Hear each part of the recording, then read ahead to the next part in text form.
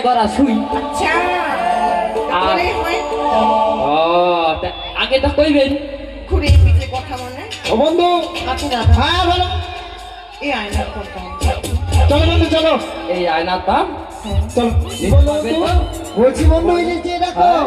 মেয়েগুলো বাজারে ঢুকেছে চলো আমরা তার আগে গিয়ে ও তারা কি নিচ্ছে আমরাও সেই জিনিস নেবো বন্ধু এই বাজারের দায়িত্ব কার উপর আছে আমার উপরে তাহলে বাজারে যেন কোনো গন্ডগোল অশান্তি না হয় সেটা দেখবে আচ্ছা আচ্ছা এসো বন্ধু এসো এই আয়নার দাম বেশি নয়, 10 লাখ টাকা হলে হয়ে যাবে।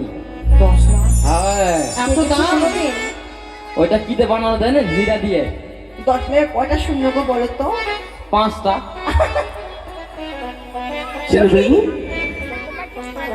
কাকু হ্যাঁ বলুন দাদা।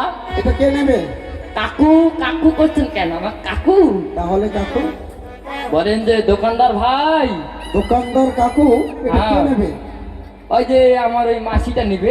তুমি নেবে হ্যাঁ বন্ধু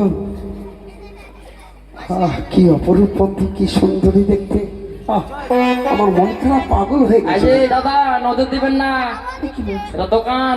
একটা ঠিক কথা বলে গেল বলো ওরে আইনা লহ লহ কন্যা আমি দেব